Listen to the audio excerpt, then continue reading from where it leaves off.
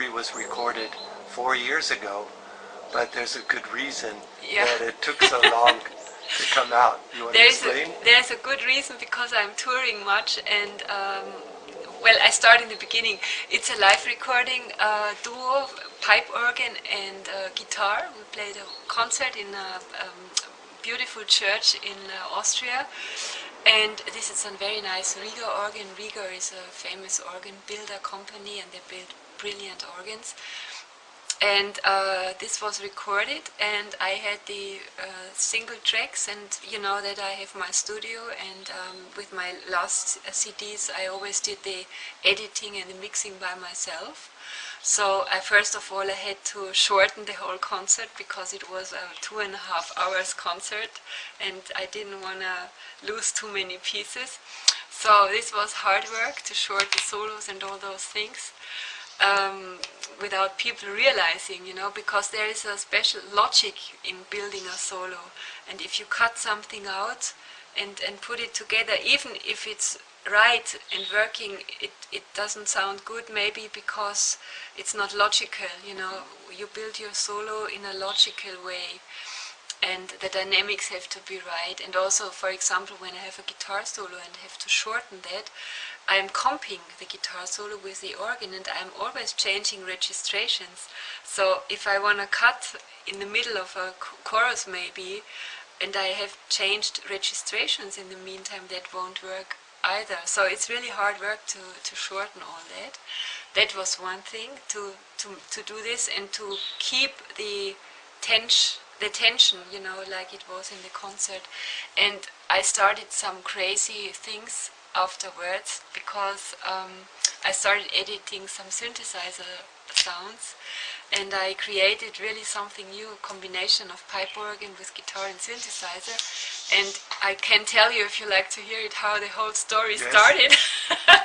I had one song which was beautiful, but I felt like the bass was too slow, too sluggish, just sound-wise. It was played right, but the pipe organ sound does not have a real attack like, you know, a contrabass.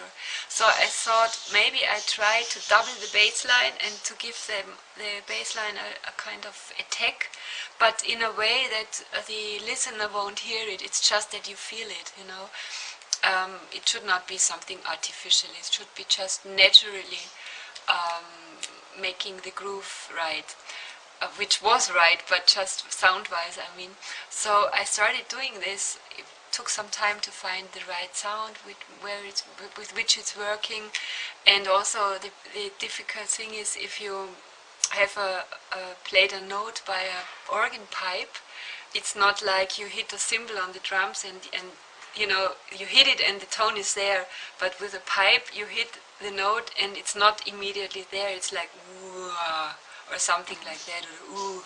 So if you want to now double this and put kind of a little attack on that with a bass sound, then you have to find the right spot to put that. You know, you don't have a real starting point.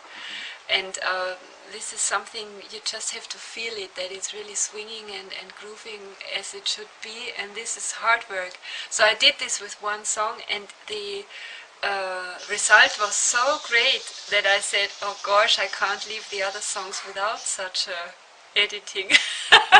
And I started doubling all my bass lines, which I played live in the concerts, and I did this partly on the pedals, or I did it sometimes on the keyboard. And it was such a work to listen and to hear every single note I played, because it's not always the same. It's a lot of improvisation, you know, jazz music. Right.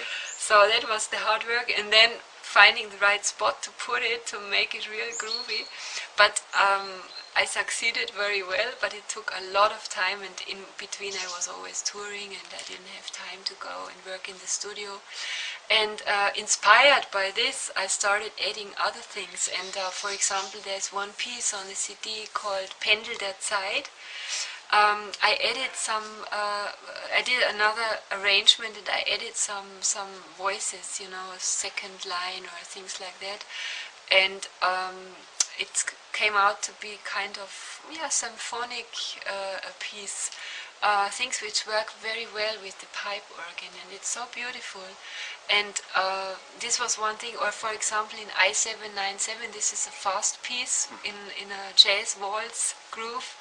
I added some effect which I have put on the bass line, and I doubled the bass line with this effect, and this gives a kind of rhythm, like a rhythm guitar. Yeah, right. But it was not played by the guitar. He played other things. But it sounds so interesting. It's like a little bit like a techno song, and this with a pipe organ is so interesting, you know. And that was what I did. Or sometimes, as it was a live recording, I didn't have so much influence on the balance between guitar and pipe organ, because the guitar was on every microphone of the pipe organ.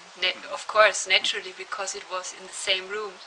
So sometimes the guitar was a little bit too loud, so I had to do something to make the pipe organ to give it a little lift, to make it more dominant.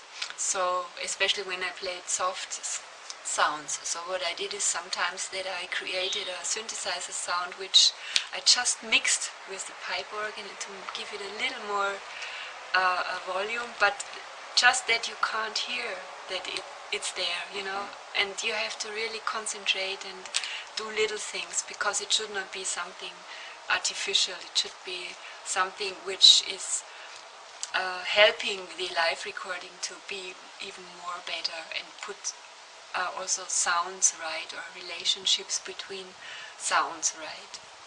This is the first time you've ever done overdubbing, isn't it, on a recording? Yeah, because I'm a live person. I'm always playing live, but in this case I can play live. You know, if the organ has MIDI, I had pipe organs with MIDI system, and I played live also the synthesizer with it. So that's possible. So, the concert is played live, and I play everything live, so I just doubled part of it, so I think that's okay. And it's just that the artwork didn't stop when I did the mixing. You know, it's like a project. It's a piece of art, and I just continued working on it. Something else that really surprised and impressed me is I thought you and Eddie had been playing together a long time before this concert. So this is also a television concert in Austria, is that right? The story is that this is a beautiful jazz festival where I played, called Most and Jazz. I played this year again because we made a record release party, and we played another concert, or two other concerts I played, and it was recorded, the recordings which are on the CD now, and the promoter, the organizer of the festival, he was asking me if I could imagine to play someone from the area, and he recommended Eddie Köhldorfer, the guitar player, which honestly I didn't know before, you know. And I was a little bit skeptical, because I said, I am not sure how pipe organ and electric guitar is melting sound-wise, you know. So, but you know, I'm always open for ideas and for taking risks, and I said, okay. And I said, yeah, let's try. And then Eddie and me, of course I sent him my music before, so he had some time to prepare. But then we met in the church the day before the recording, and we did a rehearsal. And no, even it was on the day of the recording, and we made the rehearsal, and then we played the concert, and the concert was just great, and it was the first time we ever played together, you know. This is amazing. So that's how jazz is working, yeah. Sometimes the chemistry is just very well. How did it go this last time? You just did another concert with Eddie, right? Yeah, it was great. Yeah. We did two other concerts. I also played with Hammond organ. And yeah, it was wonderful. It's a very good understanding. Good guitarist. Yeah, he's a very good guitarist, and he's a very nice person, because you know those things have to go together. You're in a relationship when you play together, and you have to also like each other. Otherwise, I think you can't really play good music. But I know on the one piece you mentioned, it's the I-797.